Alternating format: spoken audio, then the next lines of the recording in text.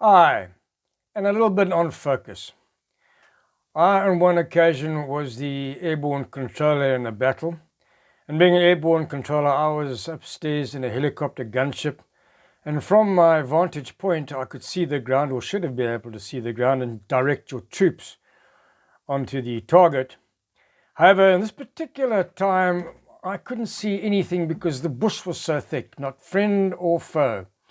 So I decided that I would get back onto the ground, join my troops, and direct from there where I'd be far more effective. So we flew to a landing zone, which is a short but safe distance away from the contact area.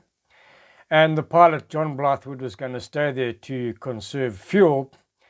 And so we landed, he turned the motors off, the rotor slowed down, and I was preparing to disembark when suddenly there was this massive explosion. Shrapnel splinters the canopy. Obviously some disgruntled rebel had thrown a grenade at us, possibly because we had parked on a yellow line, and I decided then not to disembark. The problem now was to get out of there at speed, to restart the motors, get the rotor spinning at top speed, gently lever it up and get out of there.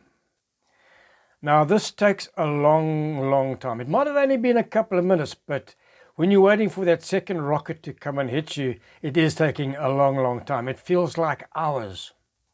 My eyes were like lighthouses and I was just looking around trying to see where the attack was going to come from. I glance over my shoulder at John Blythewood, the pilot, and there's no shaking, there's no emotion, there's no panic. His eyes are fixed on the gauges.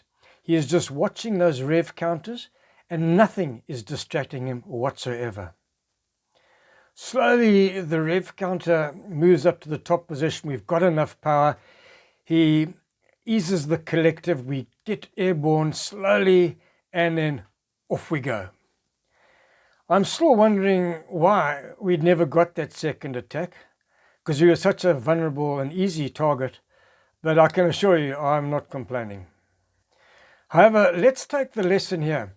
There was huge pressure on John Blythewood, and any pilot would be forgiven for trying to yank their aircraft out under minimum power.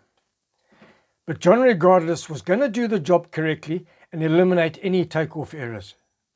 He allowed no distraction whatsoever to interfere with his task. He couldn't control the actions of the enemy outside, but he certainly could control that which was in his circle of influence inside the cockpit, and he did so with absolute distinction. And with that kind of focus, you cannot fail.